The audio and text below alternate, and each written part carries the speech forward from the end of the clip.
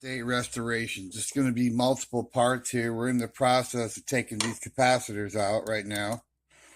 So you got 4 screws on the Pioneer SX-1080. You got 4 screws, 2 on this ground piece going to the capacitors, and 2 here. You don't want to take a picture of that, even though you can't really get it mixed up if you're careful. But still, take a photograph of this and make sure that you have a visual image to back up in your mind and on film or camera or the phone, whatever. But you want to make sure, because if you hook any of this backwards, it's boom, done. Now, these are kind of a pain because there's a screw holding the capacitor on a little strap inside the radio. But the only way to get them out is you got to take the screws that hold the strap on the radio, then pull them out, and then you got to clock them. You got to turn those to line up like the old ones. The new ones have to be lined up, and then you got to tighten them, and then you got to put it back in the radio and then put the bracket back on the chassis. It's kind of a pain in the butt, but you got to line all this up, and you can't be too far off, because if you're too far off, this bracket and stuff won't line up. There's a little slot where a pin fits in and stuff. So it's got to be close to where it was before. The way this one's clocked this way and this one's this way, okay? You want to make sure those are in that bracket. The way you took them out, you put the new ones in the same way before you put the brackets back on the chassis, or none of this is going to line back up again. So I'm going to go ahead and spin the radio around. Hold on one second. We're going to set you down here.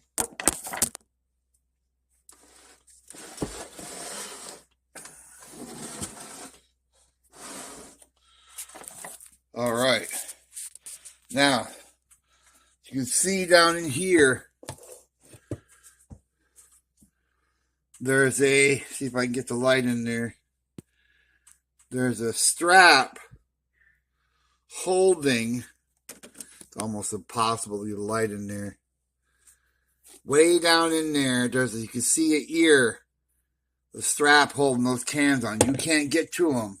There's no way to get a screwdriver in there to get them out. So you got to take out the screws that hold the strap onto the radio. See the screws? There's 3 of them on each one.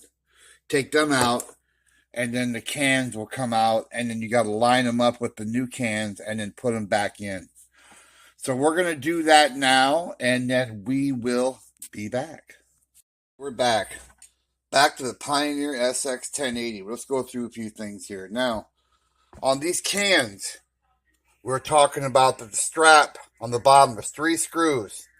And what I do is I cheat a little bit, and I'll put those back in those cans and the straps, because they got to be clocked.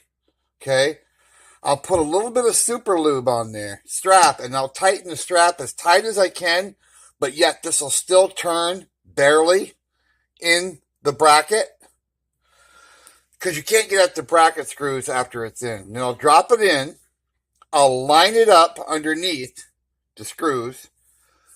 And what happens is, over time, this will dry out because it's so thin, and those will lock right in place. They're going to be tight anyway. The only reason I'm putting the grease on is to make it so I can just barely turn it to get it close, and then I'll line it up perfectly to put those on. Now, the power supply down here, okay, you're going to want to change all these fuses in here,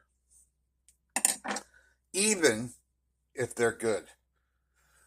And the reason why that is those fuses have got a lot of miles on them, and they're tired. Now, some will say, well, they're not blown. Here's the deal. You want to take these out anyway. You want to clean the contacts, deox it, put all new fuses in. I think this one might be a slow blow. You're going to want to replace that too. All new fuses.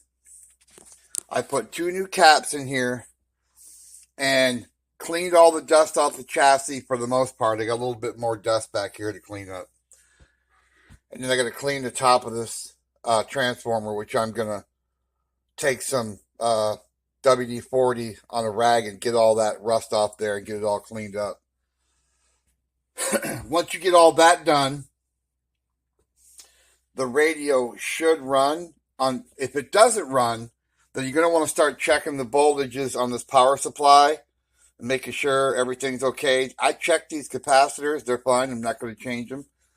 Then you got the amplifiers, transistors down there. I mean, you want to check everything out, make sure the voltage going to the right place, make sure everything's doing what it's supposed to be doing. But it's rare to have one of these totally knocked out unless it got hit by lightning. Also, we put a new power cord in. You can see the pass-through right there. And then Pioneer's got it looped down to a little bracket right there.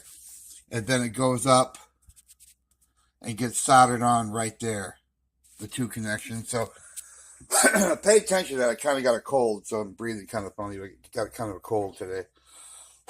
Anyway, you get that new cord on there, put the capacitors in there, check all the mechanical linkage. Another thing I wanted to tell you on these radios is, see these lights? Those are the meter lights and the dial lights. Now, people break these all the time. They're very fragile.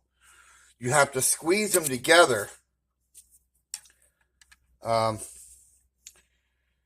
Here and on the other side. And what happens is people squeeze too hard and they snap. And you'll see a lot of people have tape holding them in. So what I do is get a hair dryer, put it on low power and warm that up. Don't melt it, obviously. Just kind of warm that up a little bit, the plastic a little bit on each one. Just not so hot that you can't touch it, but just warm it up to like 120, 130 degrees. Then you can squeeze it gently and pull it out to change the bulbs. Now, the bulbs in there are 194s. They're the same bulb they use in cars in the 60s, 70s, early 80s. It's a 194 bulb with a green tint to it, a light green tint to it. So they're very easy to get. It might be hard for you to get the green tinted bulbs, but you can get the 194s anywhere, and then you can lightly spray them with transparent green spray paint, just very lightly, which is what they do more or less, and it'll be just fine. We're cleaning the front up. You're going to want to use a scratch-proof cloth to clean that face right there. Be careful you don't break the needle off. You know, just don't touch it at all. Use a Q-tip on it. And then we're going to put the face panel on, and the bottom panel goes on. I've checked the voltages on the circuit already, and it's easy to do. If you got a schematic, you can check the voltages, go into certain areas and make sure you're in the ballpark. But when you change those capacitors, pay attention, because on the bottom of those capacitors is a negative and a positive. And you're going to look at that and say, wait a minute, this strap goes from one negative to one positive. And that's the way it's supposed to be. Put them back in exactly like you took them out. Make sure you do not mix. As you can see on the old one, they're not marked. See? But what it says is, okay, black is negative. What they mean by that is that black dot. Okay? So you got to be very careful. When you take these old ones out and put these new ones in, you don't mix this up. You will blow everything to smithereens. The new ones have a positive mark on them, and the other one's naturally negative. So you got to be really careful. Take pictures. Take your time. Mark everything out. Draw a map. Whatever you got to do, but you got to be really careful when you're changing big capacitors, because that capacitor hooked up backwards will grenade in your face like a bomb. I mean, literally a hand grenade if you got that hooked up backwards.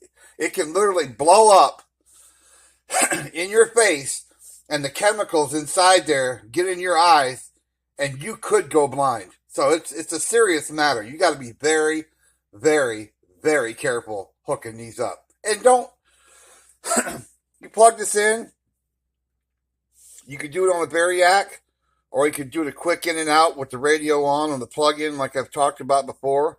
make sure that's not pointed at your face when you do that. Have the radio standing up pointing away from you, because if that blows up for some reason and your face is in the way, it ain't going to be pretty. I'm telling you that right now. So be careful. So the Pioneer SX-1080 is coming along. We got a little bit more cleaning to do, but the next time I do a video, it should be running unless I run into any other issues with the radio, which really, for the most part, this one was the switches, the two main capacitors, and a couple of bulbs, fuses, not that much. A general cleaning, needs good cleaning, lubrication of the weighted counter shaft here, on the variable capacitor here. You know, just lots of odds and ends, but not too bad considering it was made in 1977 and cost a whopping $700+ That's damn near $4,000 today. That was a lot of money. And that's not including a turntable, speakers, or anything else you wanted to hook up to it. So back then you could spend some serious bread on a machine like this. It was serious money. That's why they're worth so much today. But thanks again for watching Pine Tree State Restoration. The next time you see this radio, it will be running and cranking out some Ted Nugent. We'll see you soon.